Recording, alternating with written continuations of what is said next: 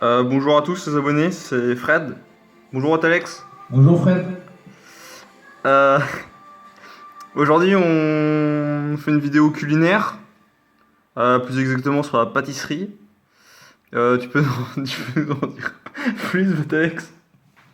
Oui, donc on va comparer aujourd'hui deux gâteaux au chocolat.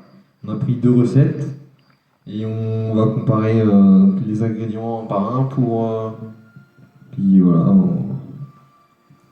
Donc c'est un gâteau que moi j'ai... C'est zéro.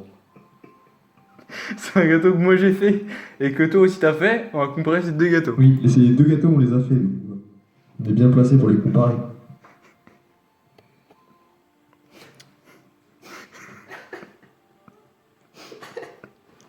Je vous laisse prendre connaissance des différents... des différentes proportions en ingrédients. Je veux rien. 125 grammes de beurre dans le gâteau à Batelex contre 100 grammes dans mon gâteau. Dans le gâteau à Batelex, il y a de la maïzena et de la farine. On va vous expliquer pourquoi après. Contre 50 grammes dans le mien. 125 grammes de sucre dans celui à Batelex et 100 grammes de sucre dans le mien. 4 œufs contre 3. Et 200 grammes de chocolat dans les deux, hein. Et donc dans mon gâteau il y a de la levure et dans celui de Fred, non il n'y en a pas. Alors, voilà une image de ce que ça a pu donner quand on l'a fait en début de semaine. Euh, Oh, tu t'es planté mec, ça monte plus. Donc voilà, j'en avais fait 4.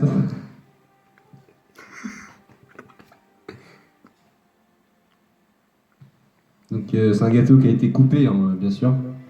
Donc c'est un gâteau, on voit bien qu'il lève bien plus facilement. Et donc grâce à la levure, mais aussi à la maïzena, comme on a pu voir dans la recette. Donc voilà, ça monte très vite et il y en a, on va dire que ça y en a plus à manger, quoi. Il y a plus de matière. Donc maintenant, dans celui-là de Fred, à droite, voilà, on voit bien que c'est pas du tout la même texture. Il n'a pas été coupé et il est bien plus fondant en fait. Donc, je ne sais pas ce que tu en penses. alors, Niveau goût. alors, niveau goût, c'est pas du tout pareil en fait. Parce qu'on on peut s'apercevoir que le gâteau de Batalex, on peut en manger plus. On peut en manger plus, en fait, c'est moins écœurant que mon gâteau. On mange une part et puis On en mange des plus petites parts, celui-là de Fred. On est vite écœuré en fait. Exactement. Au niveau du sucre et du beurre, on voit pas trop la différence. Enfin, si, mon gâteau est plus gras, on va dire. Par contre, il y a moins de beurre. C'est ça qui est plutôt bizarre. Donc tout est dans la proportion de la levure en fait. C'est ça qui change tout à la recette. Et la maïzena, bien sûr. Et la maïzena. On rappelle que dans mon gâteau, il y a 60 grammes de farine et 60 grammes de maïzena. Donc la moitié en fait. Question de Fred. Il n'y a que de la farine. Oui, exactement. Ce qui explique voilà, la texture du truc. Donc pour revenir à la dégustation de ces deux gâteaux, euh, Oui.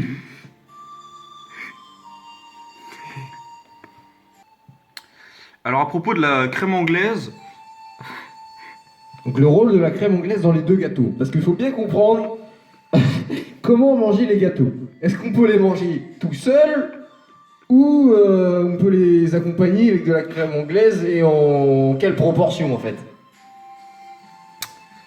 Donc ton gâteau Fred. alors mon gâteau c'est pas obligatoire de manger ça avec de la crème anglaise. Voilà, c'est si on veut en fait. C'est un gâteau où on peut on peut manger des petites parts du gâteau sans crème anglaise, donc on s'en passe largement. Mais par contre, le mien, si on veut en manger une part normale ou si on est vraiment gourmand comme nous, là je vous conseille vraiment de la crème anglaise. Sinon, vous allez être vite écœuré. En fait, ce qu'il faut comprendre, c'est que le gâteau s'émiette, mais boit la crème anglaise en fait. Je sais pas si vous comprenez. C'est un moelleux à la base. Voilà, c'est un moelleux. Le moelleux va s'imprégner de la crème anglaise. Il va boire la crème anglaise. Je sais pas Il faut si bien vous comprenez. différencier le moelleux de moi et le fondant. Le fondant est bien moins sec que Voilà. le moelleux et donc Exactement. on vous conseille une crème anglaise avec le mien. Mais comme c'est notre trade aussi, hein, si on veut. Alors, il n'y a pas un gâteau meilleur que l'autre, c'est ça qu'il faut comprendre. Oui, Par voilà. contre, c'est au niveau de la crème anglaise que ça va changer.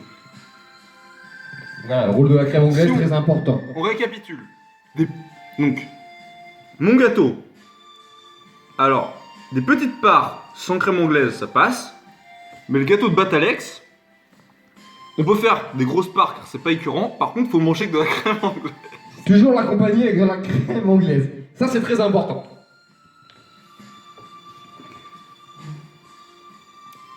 Voilà. Donc, c'était Monsieur Rugby, comme on l'avait dit. On va refaire des vidéos, des vidéos culinaires, pardon. J'espère que ça vous a plu. Là, c'était une séquence pâtisserie. On fera d'autres vidéos de pâtisserie, dont un sur un soufflé au chocolat. C'est ça, Batalex? Oui, voilà, on va vous présenter une autre recette. Donc, on est toujours à base de chocolat, mais on va aller plus loin la prochaine fois en rajoutant des framboises.